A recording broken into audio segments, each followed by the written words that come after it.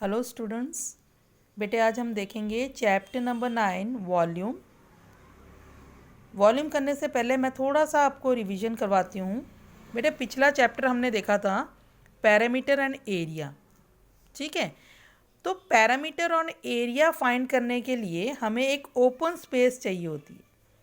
Clear? अगर मुझे कोई ग्राउंड का पैरामीटर फाइंड करना है या एरिया फाइंड करना है, तो आपको पता है ग्राउंड एक ओपन प्लेस है जिसका आप पैरामीटर और एरिया दोनों फाइंड कर सकते हो, क्योंकि उसमें आपके पास लेंथ भी होती है, आपके पास ब्रेथ भी होती है। लेकिन वॉल्यूम एक ऐसी चीज़ है जो क्लोज फिगर होता है।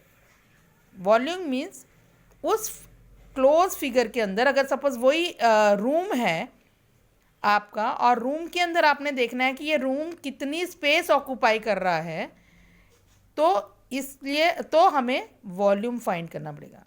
अब रूम क्लोज है तो उसके अंदर आपके पास लेंथ भी है, आपके पास ब्रेथ भी होगी, और एक चीज़ और आपके पास होगी, वो होगी हाइट। क्लियर? तो वॉल्यूम मीन्स आपके पास ये तीनों चीज़ें होनी चाहिए, length, breadth and height. In simple words, volume means किसी भी चीज़ के अंदर कोई दूसरी चीज़ कितना ऑक्यूपाई करती है, वो कितना उसके अंदर स्पेस ऑक्यूपाई करती है। अगर मैं सिंपल सा एग्जांपल लूँ, प्लीज़ फिगर पे मत जाना।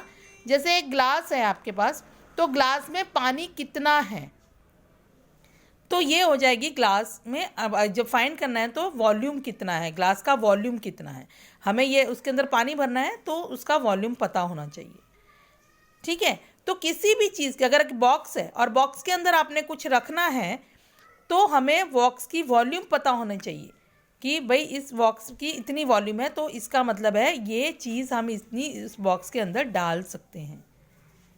क्लियर? मेरे ख्याल से अब समझ में आ गया होगा कि किसी चीज़ की वॉल्यूम फाइंड करना मतलब उस चीज़ की कैपेसिटी फाइंड करना कि वो अपने अंदर कितनी चीज़ को भर सकते हैं या कितनी चीज़ ऑक्यूपाई कर सकते हैं। क्लियर? और वॉल्यूम फाइंड स्पेस कितनी ऑक्यूपाई कर रही है, ये डिपेंड करता है उस फिगर के वॉल्यूम पे। किसी की वॉल्यूम कम है, किसी की वॉल्यूम ज़्यादा है। आप देख के भी, अगर मैं आपके पास दो चीज़ें रख दूं, तो आप देख के उसको फाइंड कर सकते हो भाई किस चीज़ में कितनी वॉल्यूम है, या इस कौन सी चीज़ बड़ी है और उसमें ज़्यादा चीज़ आ सकती है।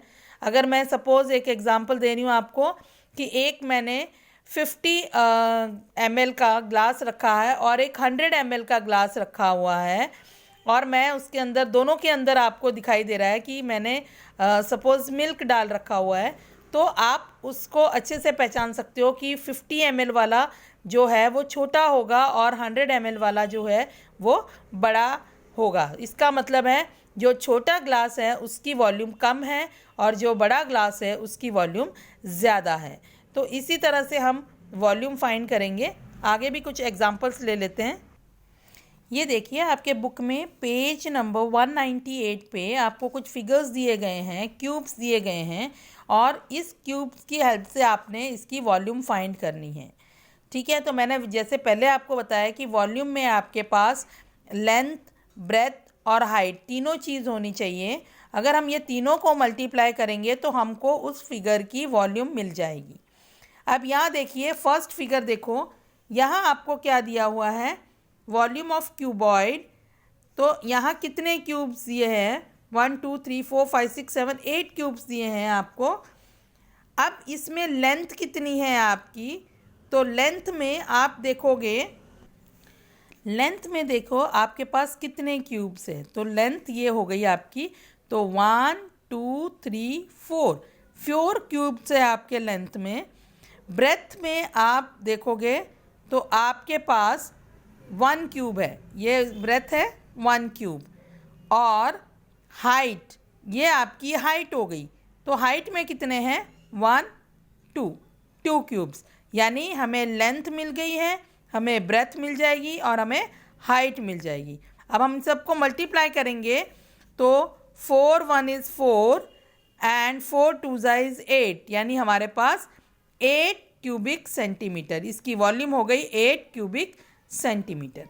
नेक्स्ट देखिए, यहाँ आपके पास इसका लेंथ आप फाइंड करोगे तो इसकी लेंथ जो है वो होगी आपकी 1 2 3 4 5 6।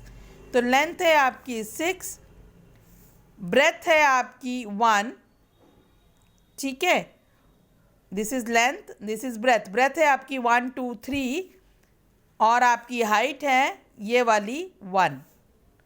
तो 4 6 3 6 इज 18, 18 1 इज 18। सो आपकी वॉल्यूम ऑफ क्यूबॉइड हो जाएगी 18 सेंटीमीटर, क्यूबिक सेंटीमीटर।